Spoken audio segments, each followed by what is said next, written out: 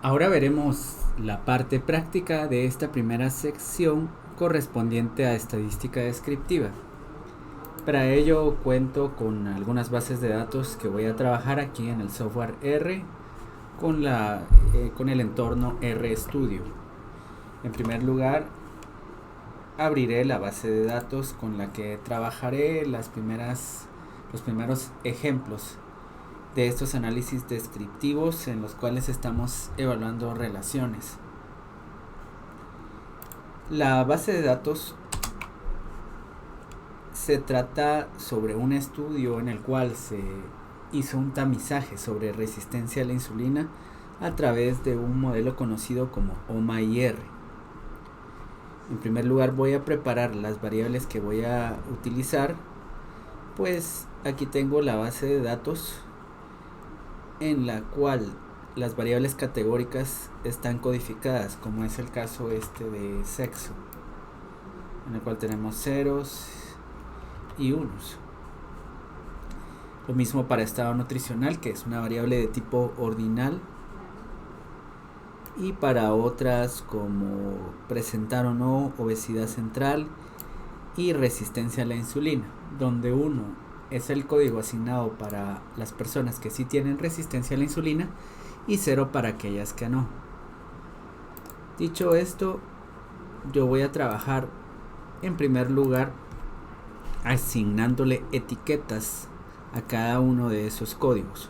Por ejemplo, para la variable estado nutricional voy a convertirla en factor asignándoles etiquetas correspondientes a normal para el código 1, sobrepeso para el código 2, obesidad grado 1 para el código 3 y obesidad grado 2 para el código 4. Haré lo mismo con las otras variables categóricas como dislipidemia, hipercolesterolemia, sexo e insulinoresistencia. Por ejemplo, en insulinoresistencia estoy convirtiendo esta variable que tengo aquí en un factor que va a tener las etiquetas sí y no. Para ello voy a volver a revisar mi base de datos y ahora vemos que sexo, por ejemplo, ya aparece con las etiquetas correspondientes a los códigos con los que se estaba trabajando. Voy a agregar esto a la memoria activa y aquí puedo visualizar cuáles son los nombres de estas variables con las que se va a trabajar. Y en primer lugar ejemplificaré el análisis de asociación. Recordemos, el análisis de asociación se hace entre dos variables categóricas. Por ejemplo, evaluar la asociación entre sexo y resistencia a la insulina. Para ello voy a requerir de una tabla cruzada o de conteos cruzados. Y en primer lugar quiero saber cuántas personas tengo en esta base de datos con resistencia a la insulina.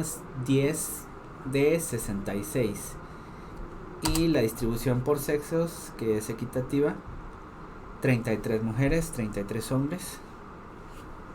Y pues ahora puedo hacer mi tabla cruzada, en la cual yo tengo de 33 hombres 7 personas que presentaron resistencia a la insulina y 3 de 33 mujeres que presentaron resistencia a la insulina. Esto nos dice entonces que dado que ambos grupos, hombres y mujeres, tienen un mismo tamaño, el sexo masculino parece estar más afectado por la resistencia a la insulina. Para ello también calcularé los porcentajes con el comando proptable sobre la misma tabla cruzada y voy a escribir aquí que me calcule los porcentajes por filas, y esto es de tantos hombres qué porcentaje tienen resistencia a la insulina, lo mismo con las mujeres.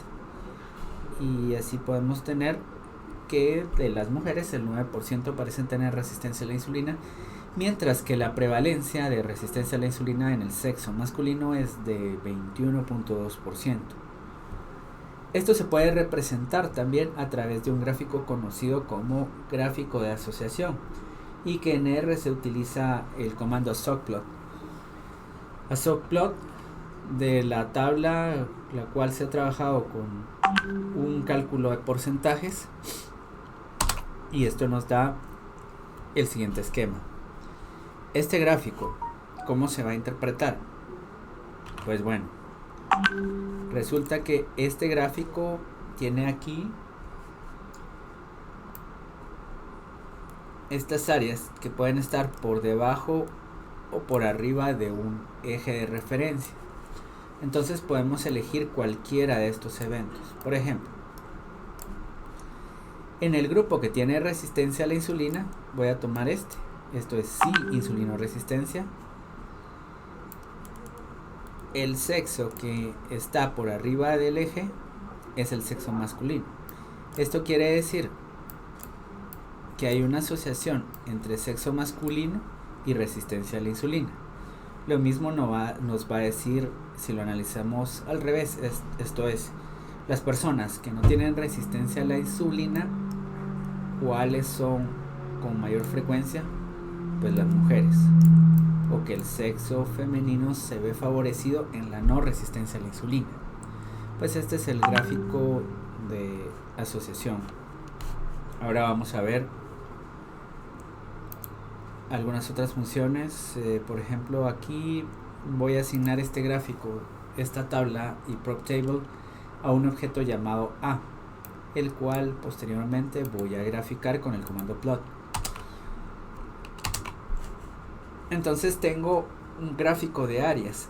El hecho que haya utilizado el comando prop table para poder generar este gráfico me hace lo siguiente: que tengamos aquí dos áreas correspondientes a los sexos femeninos y masculino. Podemos ver que que las áreas son iguales, o sea, el alto y el largo de estas figuras geométricas es la misma, de manera que nosotros podemos comparar la diferencia que hay entre el evento de interés dependiendo del tipo de área. Por ejemplo, para las mujeres, esta es el área correspondiente a la resistencia a la insulina, y vemos que el área de resistencia a la insulina de los hombres es mayor que el de las mujeres. Entonces también se puede entender que los hombres son más afectados por la resistencia a la insulina en este estudio transversal. Ahora voy a utilizar el paquete ggplot2 para poder hacer un gráfico de barras. La diferencia está en que en primer lugar debo de llamar a ese paquete que no está activo, y voy a utilizar el comando ggplot, donde defino la data con la que voy a trabajar y la variable que va a estar representada en el eje de interés. En este caso, en el eje X voy a poner la variable sexo y la geometría de barras. Así que tengo esto. Bueno, aquí solo representé el sexo. Si yo quiero incluir una nueva variable como resistencia a la insulina, puedo agregar en esta parte el argumento fill, y fill lo voy a igualar con la variable resistencia a la insulina, de manera que ahora puedo tener una representación del conteo cruzado. Es mucho más sencillo que trabajarlo con estos comandos, en los cuales de primero debía cerciorarme que estaba utilizando prop table. Pero bueno, aquí lo que tengo son conteos. Siempre hay una comparación de las áreas donde el sexo masculino parece estar más afectado. Y luego, si yo utilizo el argumento position fill, esto me lo va a convertir a proporciones. Y aquí ya tengo las proporciones, de manera que lo que puedo comparar aquí ya no son conteos, sino que porcentajes. El análisis de diferencia sería el siguiente análisis, en el cual hemos de recordar que tenemos una variable cuantitativa que se resume a través de medias o medianas y que se va a comparar entre dos o más grupos. En el ejemplo que está acá se compara el índice de masa corporal, que es una variable continua, entre los pacientes que tienen o no resistencia a la insulina. Voy a empezar con un gráfico a través siempre de la paquetería ggplot2, con el comando ggplot definiendo la data con la que voy a trabajar, y en la estética voy a utilizar ambos ejes. En el eje X la resistencia a la insulina, y en el eje Y, que es donde voy a medir la variable cuantitativa, pues aquí estará el índice de masa corporal y pues puedo distinguir los colores de los resistentes y los no resistentes a la insulina con este argumento, donde Phil lo estoy igualando a resistencia a la insulina. Voy a utilizar la geometría box plot, que es la más adecuada para este caso, como vimos en la clase teórica, y vemos que de hecho el índice de masa corporal es mayor en las personas que tienen resistencia a la insulina. Esta, que es la mediana, corresponde a un valor aproximadamente de 31 unidades de índice de masa corporal contra la mediana de los no resistentes a la insulina, que es aproximadamente un valor de 27. Bueno, pues aquí están entonces la comparación de estas medianas entre las personas que tienen o no resistencia a la insulina, donde en este box plot se ubican algunos valores atípicos. Con la librería dplyr voy a hacer un pequeño manejo de datos. Esta librería dplyr es una librería que nos permite hacer de una forma más sencilla un manejo de datos, o sea, un manejo de datos efectivo. Lo vamos a hacer acá, como lo que son los filtrados, la creación de nuevas variables, el agrupamiento a través de una variable, y en este caso voy a agrupar mi data por la variable resistencia a la insulina. Entonces la voy a dividir en dos grupos, los que son resistentes a la insulina y los que no. Y lo que voy a calcular es la media y la desviación estándar de el índice de masa corporal entre los que son o no resistentes a la insulina. Ya tengo la representación gráfica y ahora quiero ver aquí cuáles son las medidas de resumen. En el caso de la media del índice de masa corporal en los resistentes a la insulina corresponde a 31.9 kilogramos dentro de metro cuadrado, y las personas no resistentes a la insulina tienen un promedio de 27, donde las desviaciones estándar son similares entre sí. También pude haber utilizado el comando tapply para poder hacer este cálculo. Voy a hacer otro ejemplo de esta modalidad de análisis, en la cual quiero comparar la edad entre los que son resistentes o no a la insulina. Quiero saber si, pues, yo podría pensar que las personas resistentes a la insulina tienen una edad promedio mayor. El comando es similar al que ya analizamos, un gráfico de ggplot, pero voy a agregar la geometría violín para ver cuál es la distribución de estos datos numéricos. Y aquí tengo entonces la distribución. Bueno, son distribuciones que posiblemente no sean normales. Aquí las vemos, no se parecen a una campana, por ejemplo. Entonces veo que las edades de las personas que no son resistentes a la insulina son más dispersas. Hay una mayor variabilidad que en las que corresponden a las personas que sí son resistentes a la insulina. Y ahora, para ver la medida de tendencia central correspondiente, veo pues siempre los cambios en las distribuciones, pero que la mediana no parece variar entre ambos grupos.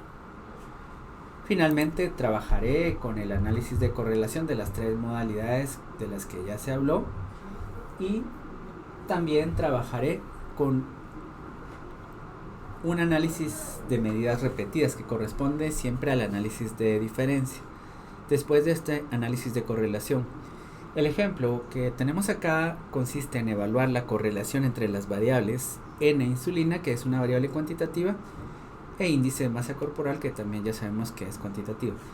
Para eso voy a hacer la gráfica correspondiente, en la cual utilizo los dos ejes, el eje X y el eje Y, y la geometría point corresponde a un gráfico de dispersión. Veamos cómo sale este gráfico. Bueno, entonces hay una tendencia que tal vez no es tan clara. Solo sabemos que niveles de insulina más altos posiblemente estén relacionados con índices de masa corporal más altos. Pero hay una dispersión muy grande Si trabajásemos con un modelo lineal, vemos que este modelo lineal debería de adaptarse a toda esta dispersión con la que contamos y con estos datos que podrían producir un apalancamiento.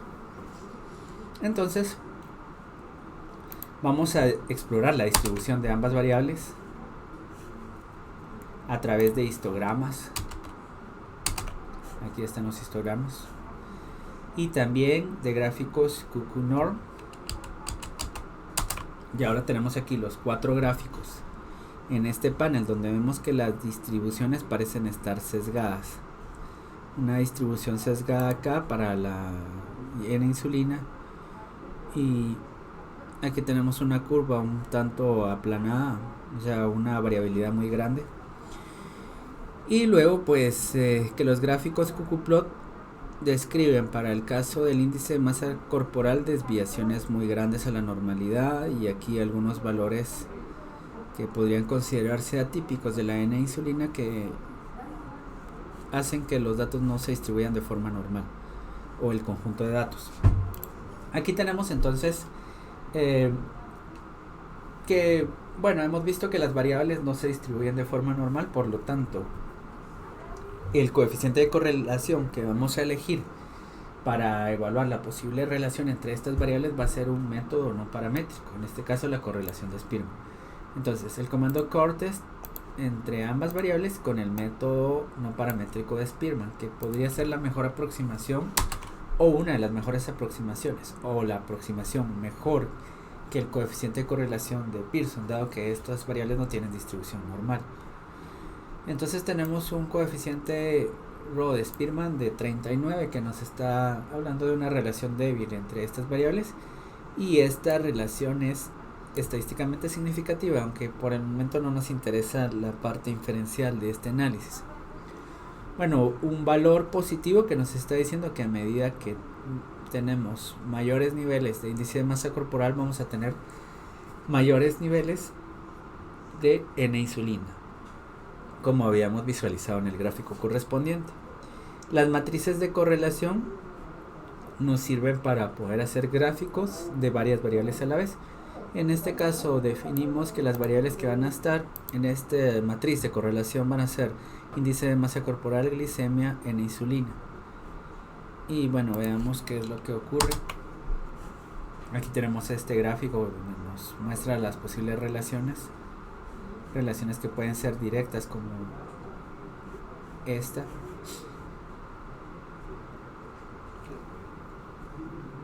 Podemos trabajar esto con el comando pairs, pero también hay otras opciones de otras paqueterías que debemos de cargar a la memoria de R. O sea, debemos de llamar a esas paqueterías que nos presentan estos con algunos detalles que nos resultarán interesantes. Pero bueno, veremos el último tema, que es una modalidad de análisis de diferencia, y este es el análisis de medidas repetidas.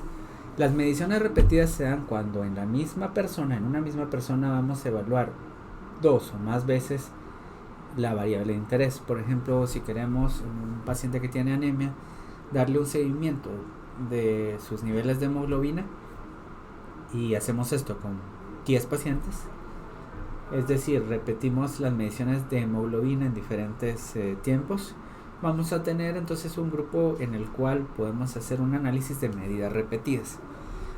Voy a trabajar con otra data que se llama transfusiones, en la cual corresponde a un estudio de niños que tenían una enfermedad respiratoria aguda y a la vez tenían anemia. Se quería saber si a través de transfusiones, cuando nosotros mejorábamos los niveles de hemoglobina, se iban a mejorar también sus parámetros respiratorios y los indicadores clínicos de la enfermedad. Entonces veamos, se va a trabajar aquí con esta base de datos. La base de datos se muestra en primer término de esta forma, donde tenemos para cada paciente una columna para su primera evaluación. Aquí estoy evaluando la saturación 1, la saturación 2. Entonces vemos que para cada paciente, cada una de sus observaciones va a estar en una columna diferente, pero debemos de tener la base de datos de tal manera que yo tenga los datos de saturación 1, saturación 2, saturación 3 y saturación 4 en una misma columna. Para eso debo de hacer un manejo de esta data frame o base de datos con el comando stack. Entonces utilizo el comando stack y ahora voy a revisar cómo aparecen estos datos en un objeto llamado medidas repetidas. Como vemos, cada uno de los pacientes tiene los valores de saturación y estos están identificados aquí como saturación 1, saturación 2. Por ejemplo, el paciente número 1 con su valor de saturación de 91 en la primera medición, y este mismo paciente en la segunda medición va a tener una saturación un poco mayor de 93. Esto lo podemos corroborar acá, paciente número 1, 91, 93. Bueno, estos datos ya están listos para poderse analizar a través de este análisis de medidas repetidas.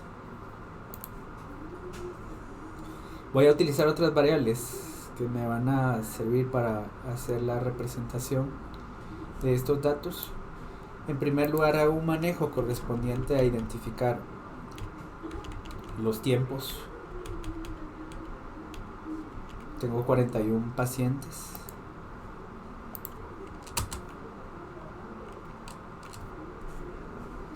Y aquí con este manejo voy a identificar la variable como saturación 1. Ya no va a ser saturación 1, sino que la medición antes de la transfusión, la medición a las 2 horas, la medición a las 4 horas y la medición a las 6 horas.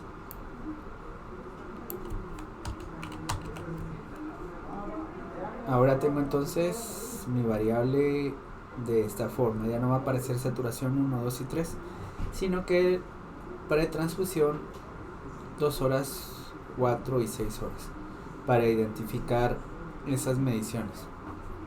Entonces aquí tengo también un cambio que le hice al nombre de esta variable, que como anteriormente se llamaba value, ahora le voy a llamar saturación. Agrego esto a la memoria activa y voy a revisar cómo luce ahora mi data.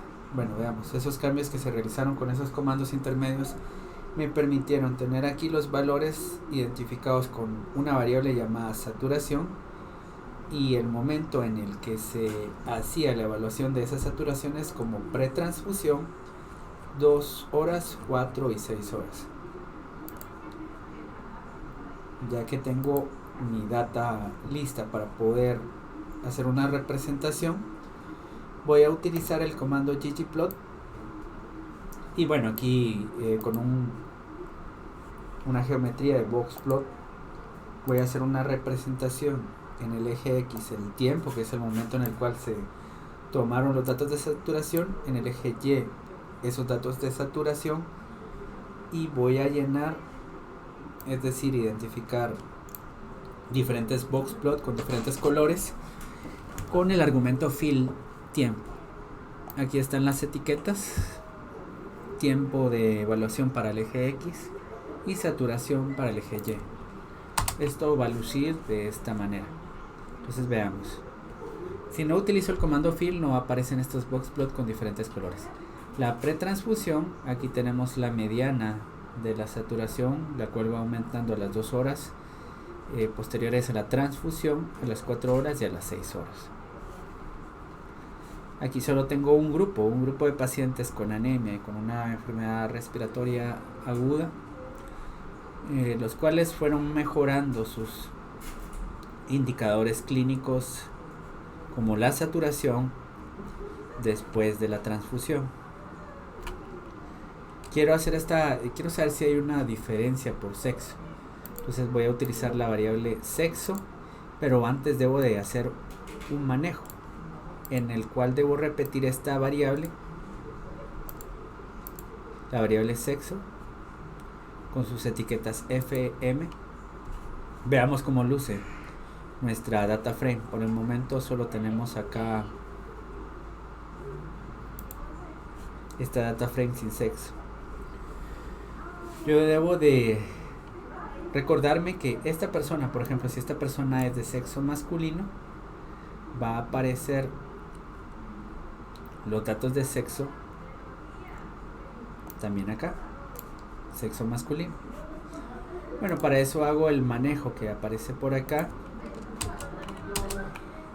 y posteriormente voy a poder trabajar los datos en un boxplot, pero aquí cambiaré el argumento fill por sexo, de manera que voy a representar tres variables: el tiempo en el que se da la evaluación de la saturación, el valor de saturación obtenido y la comparación por sexo.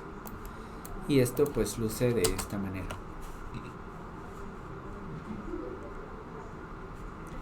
Aquí están entonces los valores correspondientes a hombres y a mujeres